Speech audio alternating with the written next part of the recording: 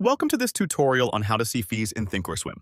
Understanding the fees associated with your trades is essential for effective investing and trading management.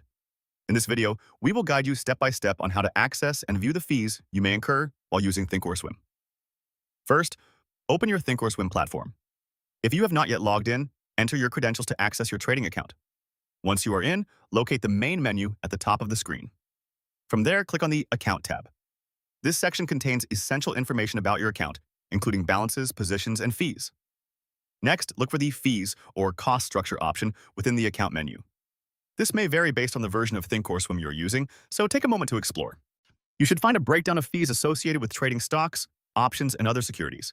Pay attention to any commissions, clearing fees, and other charges that may apply to your transactions. Finally, we recommend checking this section regularly, especially before executing trades, to ensure you are aware of any potential costs. If you have any questions or need further assistance, make sure to explore the Thinkorswim support resources or leave your inquiries in the comments section below.